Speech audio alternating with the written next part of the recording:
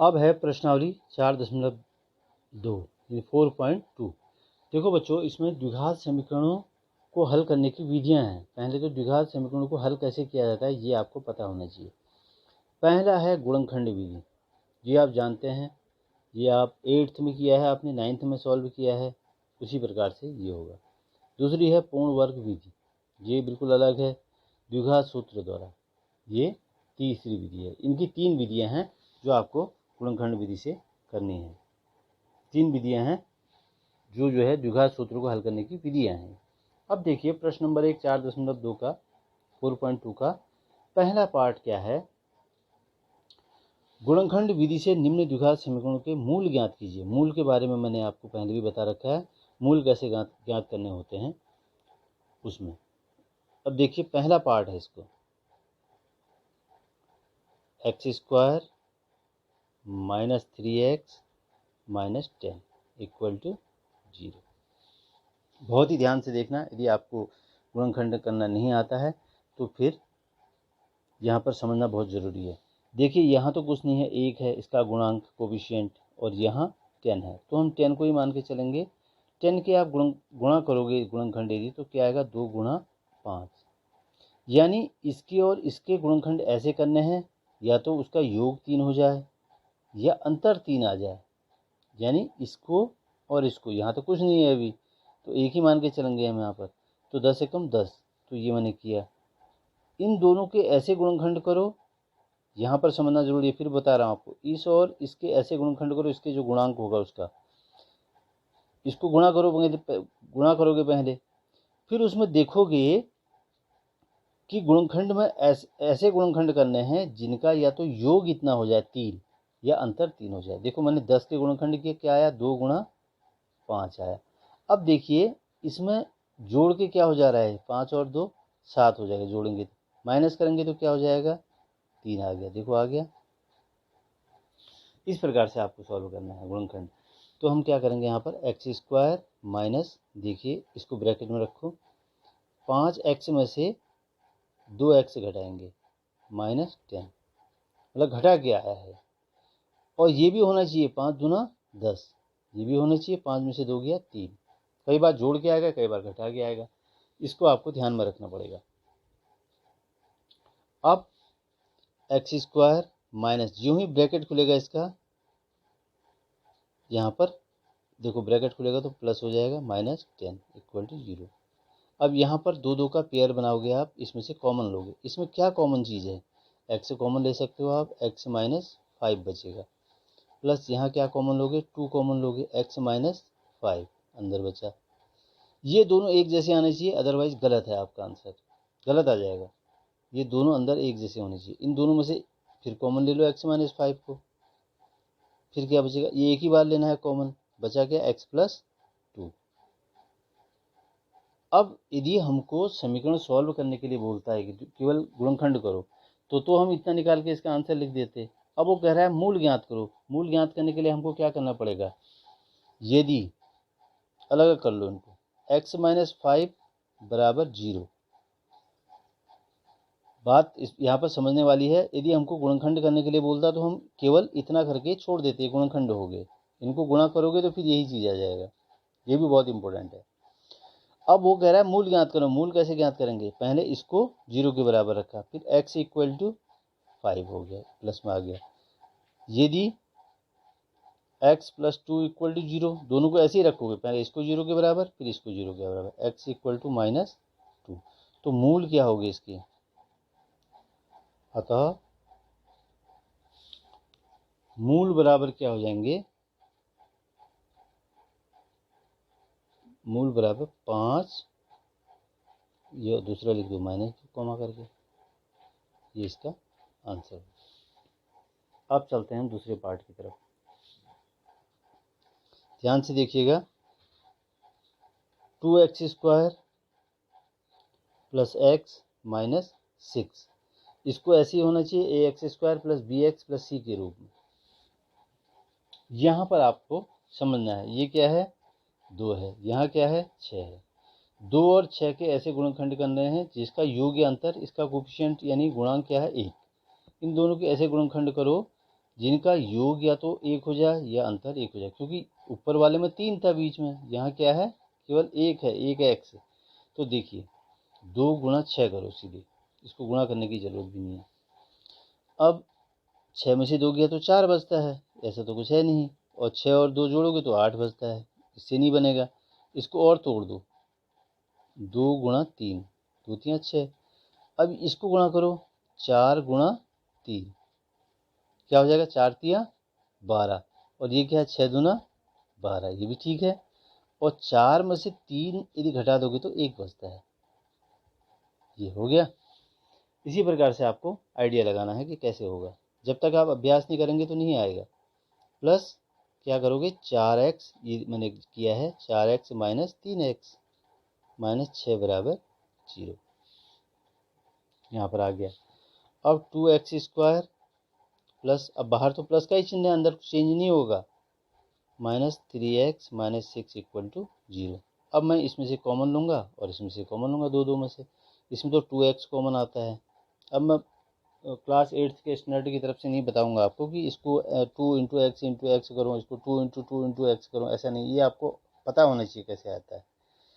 यहाँ x बचा, यहाँ पर 2 बचा, देखो माइनस 3, जो ही ब्रैकेट लगेगा, अब यहाँ पर ब्रैकेट लग रहा है और ओपन होता है या क्लोज होता है, तो दोनों कंडीशन में आपके साइन चेंज हो जाएंगे। यहाँ 3 कॉमन लिया तो अंदर क्या बचा, x, इसका साइन चेंज हो जाएगा। देखो देखिए दोनों एक जैसे आए। x प्लस 2, इसको फिर कॉमन ले लो, बचा क्या, 2x माइनस 3 इक्वल टू 0, बस सॉल्व हो गया। यदि x प्लस 2 बराबर 0 है तो x बराबर क्या हो जाएगा, माइनस 2, पहले इसको ले लेते हैं। अब यदि इसको 0 के बराबर रखते हैं, 2x माइनस 3 इक्वल टू 0, तो 2x इक्वल टू क्या हो जाएगा, प्लस का 3 होगा, x बराबर 3/2। तो अभिष्ट मूल क्या हो जाएंगे, इसके मूल क्या हो जाएंगे, -2 और 3/2, ये दो मूल हो गए इसके।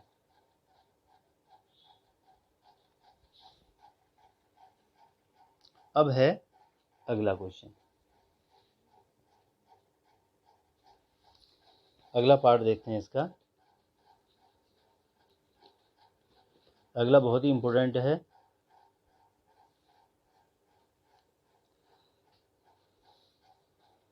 तीसरा पार्ट देखिए बच्चों, √2x² plus 7x plus 5√2 equal to 0। इसमें बड़ा कन्फ्यूजन होता है कि आखिर कैसे आएगा। देखिए ये √2 है, ये 5√2 है, इसको मल्टीप्लाई करो पहले, √2 इंटू 5√2। आपको क्या करना है, x² के गुणांक ये होता है, x² का गुणांक क्या है, √2, और ये क्या है, 5√2, दोनों को गुणा करोगे तो क्या आएगा, 5 गुणा √2 से √2 गुणा हुआ क्या आएगा, तो 2 ही आएगा, तो ये 10 हो गया, 10 हो गया। अब आपको 10 के करने हैं, 10 के ऐसे गुणनखंड करो, 5 गुणा 2 बराबर क्या होता है, 10, और हमको लाना कितना है, 7, 5 प्लस 2 बराबर कितना होता है, 7। देखिए आ गया, क्लियर है। तो यहाँ पर बहुत ध्यान से समझना, √2x² प्लस, बीच में क्या लिखेंगे हम, यहाँ पर जोड़ के आ रहा है 5x प्लस, मैं सीधे लिख दे रहा हूँ, ब्रैकेट लगाने की ज़रूरत नहीं है इसमें, 5√2 इक्वल टू 0, क्योंकि बाहर माइनस साइन नहीं है इसलिए नहीं लगा रहा हूँ मैं यहाँ पर।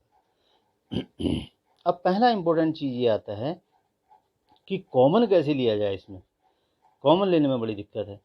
कॉमन इसमें तो x आ जा रहा है, लेकिन यहाँ क्या कॉमन है, देखिए इसको करने के लिए √2x² प्लस 5x, मैं यदि इसको ऐसा कर दूँ, यहाँ से √2 कॉमन लेना है हमको, तो इसको मैं यदि √2 को √2 का स्क्वायर कर दूँ, इसको कोई दिक्कत नहीं होनी चाहिए। √2 का स्क्वायर क्या होता है, यदि √2 का वर्गमूल 2 का स्क्वायर करते हैं तो 2 ही आता है। ये तो मैंने कॉमन लेने की सुविधा के लिए किया था, उससे डायरेक्ट भी हो जाएगा, लेकिन आपको समझाने के लिए मैं इसको बता रहा हूँ। देखिए अब यहाँ क्या कॉमन है, यहाँ x कॉमन है, तो एक्स, एक एक्स तो बच जाएगा अंदर, प्लस 5। अब यहाँ पर क्या कॉमन आएगा, √2 स्क्वायर है और √2 है, √2 कॉमन ले लो, एक √2 तो इसमें से कॉमन आ गया, यहाँ क्या बचा √2x प्लस यहाँ √2 कॉमन आ चुका है तो 5 बचा केवल, इक्वल टू 0।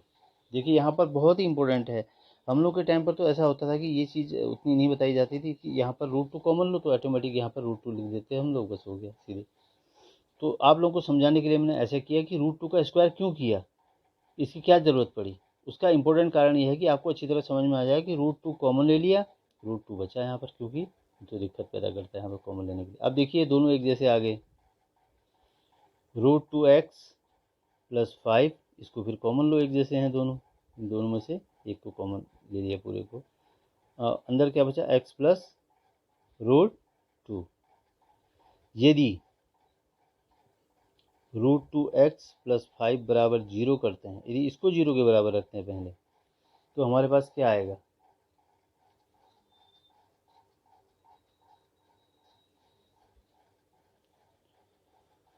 √2x बराबर -5, x बराबर -5/√2। यदि x प्लस √2 बराबर 0 को लिखते हैं तो x बराबर -√2। ये दो मूल आ गए, इसके मूल बराबर क्या हो जाएंगे, -5√2 और -√2, ये इसके अभिष्ट मूल हैं। अब अगला क्वेश्चन है इसका चौथा भाग। ये क्वेश्चन बहुत बार आया भी है एग्जाम में। 2x² माइनस x प्लस 1/8 बराबर 0। देखिए इसमें एक फ्रैक्शन आ गया, यानी भिन्न आ गया, तो हम इसमें करें क्या, ये 8 को कैसे हटाया जाए यहाँ से, या तो एलसीएम ले लो 8 को, या पूरे समीकरण को 8 से गुणा कर दो। पूरे समीकरण को 8 से गुणा करने पर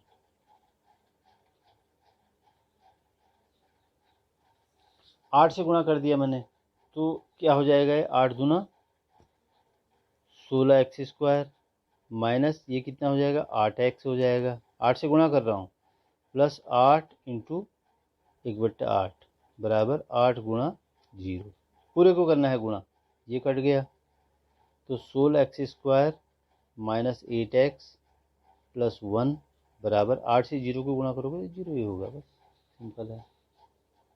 उसके बाद क्या करोगे, अब 16 और 1 के गुणनखंड करने हैं तुमको, तो 16 1 लिखने की ज़रूरत नहीं है, 16 ही लिखो, 4 चक्को 16 और 4 और 4 8, देखिए गुणनखंड बन गए इसके। तो 16x² माइनस, अब यहाँ पर ब्रैकेट लगाओ क्योंकि बाहर माइनस का साइन है, 4x प्लस 4x प्लस 1 बराबर 0। 16x² माइनस 4x, ब्रैकेट खुलेगा यदि तो अंदर साइन चेंज हो जाएगा, ये ब्रैकेट के अंदर ही साइन चेंज होता है, इसमें कोई इफेक्ट नहीं पड़ेगा उसका।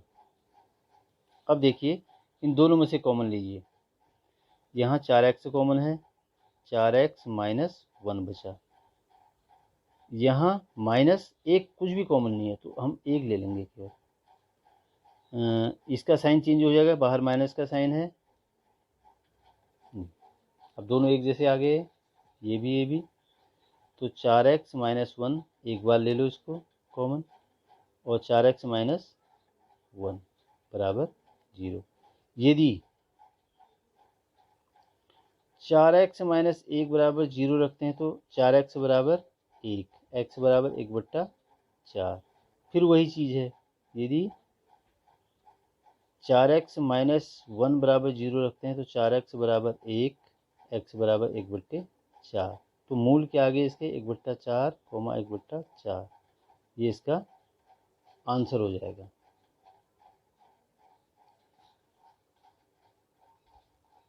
अब इसका पांचवा पार्ट है, 100x² minus 20x plus 1 equal to 0।